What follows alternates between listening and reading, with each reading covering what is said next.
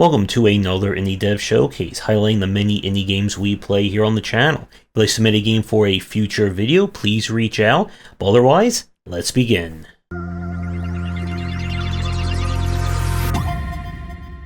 We are starting things off this week with Backpack Hero. This is a game that I was really looking forward to and was officially released out of Early Access in 2023.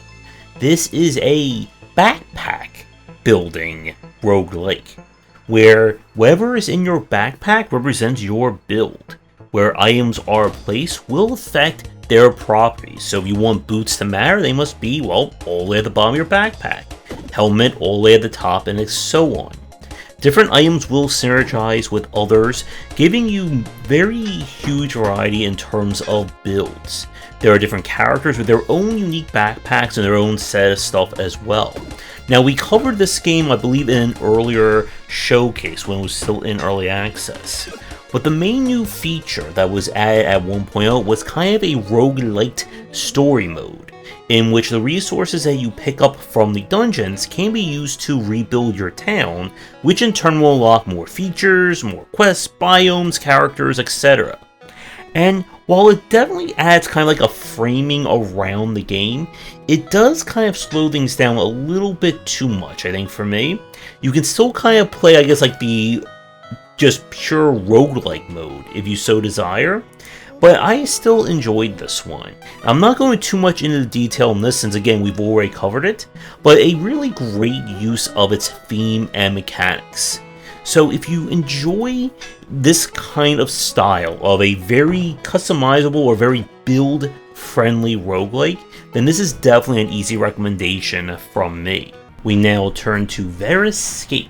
This is a rhythm runner, where you are trying to escape from an AI that is trying to delete you. And the only way to do that is to, well, run and jump. The twist of this game is that the levels are being procedurally generated by whatever music is being played in the game. But the music when we played it was very low, even keeping the volume at max. In the game we could barely hear it. I had the gain here in Premiere on full, and this is as loud as I can actually make it go for everyone listening.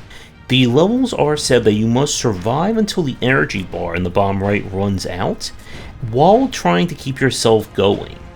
Now, if you're hoping for like more involved platforming and movement tech, you're not going to find that here. The concept, though, is really novel to use kind of a procedurally generated auto runner. So this one is definitely going to be for someone who's looking for more of a run to go with their jams, and there could be something here for fans of this kind of specific style. We now go to Vengence of Mr. Peppermint. This is a kind of Korean revenge story with a pinch of Hotline Miami's like ultra violence thrown in. You play as Mr. Peppermint, a detective who is running out of time and has decided to go on one final crusade to avenge his sister, who was killed many years ago. And to do that, he is going to have to beat up a whole lot of people. Our combat here feels kind of like an elevated take on the side-scrolling beat-em-up, like a Double Dragon or that style. You have different kinds of punches and kicks you can use, as well as the ability to grab and counter enemies.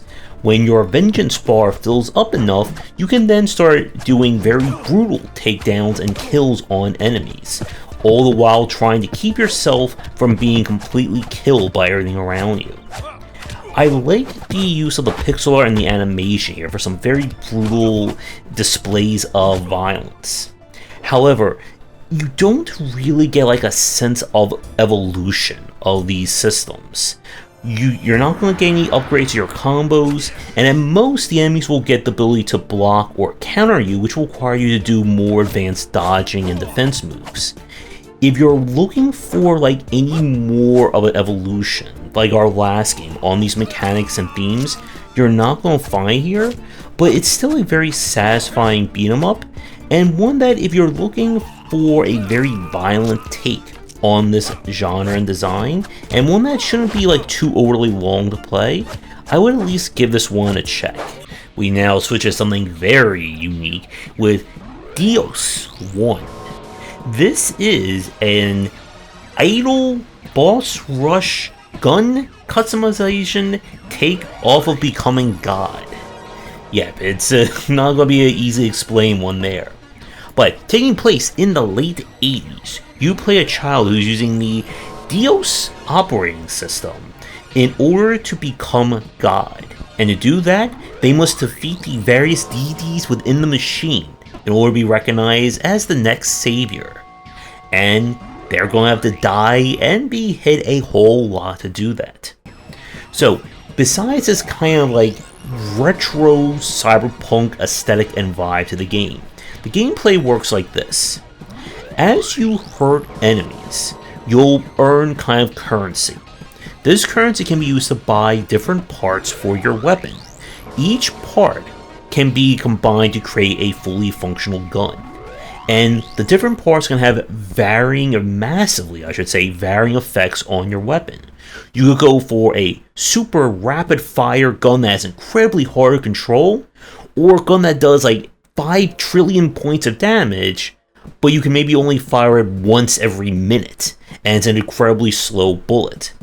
So your job is to figure out what is the best weapon for any given boss. Beat the boss, you'll be able to move on to the next one, and each boss is a very different and unique fight.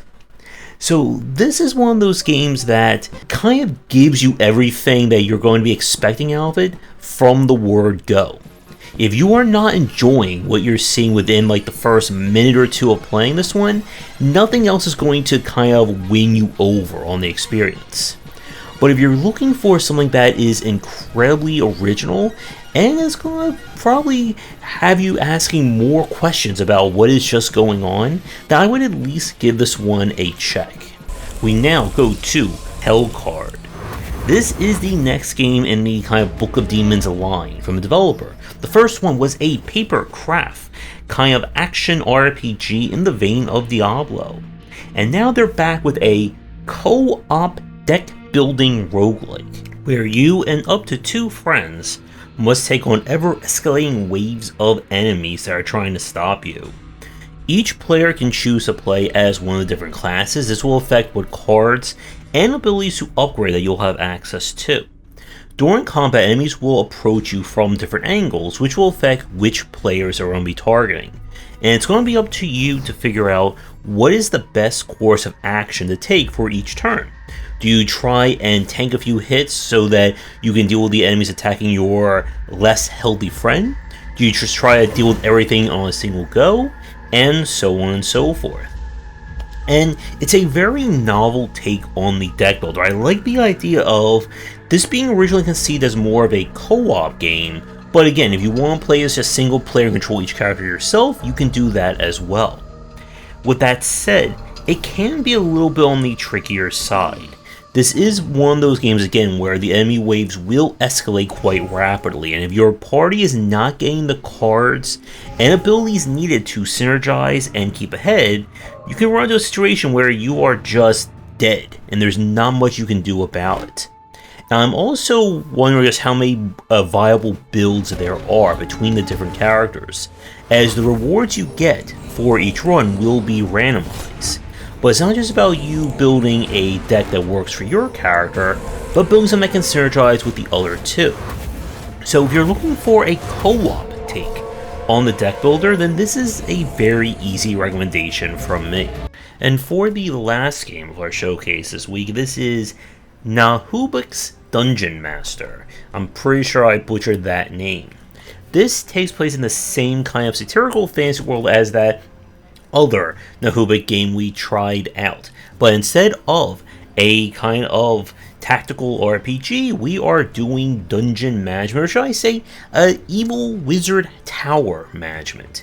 You've been hired by the wizard to maintain their tower, make sure the money comes in, the minions get paid, and that no one goes out on strike, or you will be struck probably with magic and something painful. The game itself, while bills it as kind of on the Dungeon Master, Overlord, or Dungeons and that style of play, This feels, at least at the start, more like an economic sim, or something like a theme park, 2-point hospital, that kind of play.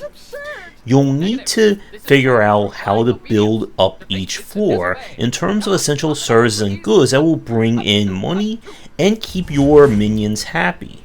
When you eventually do get invaded by the goody two-shoes, you'll need to set up basic traps and try and stop them.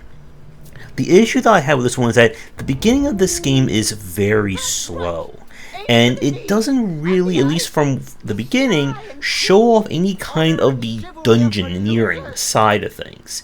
It felt more, again, like an economic sim rather than a dungeon master sim. As you get further in, you'll be able to send out your characters on raids in order to get more money and more loot, and of course dealing with the quirky and satirical world that the game is set in.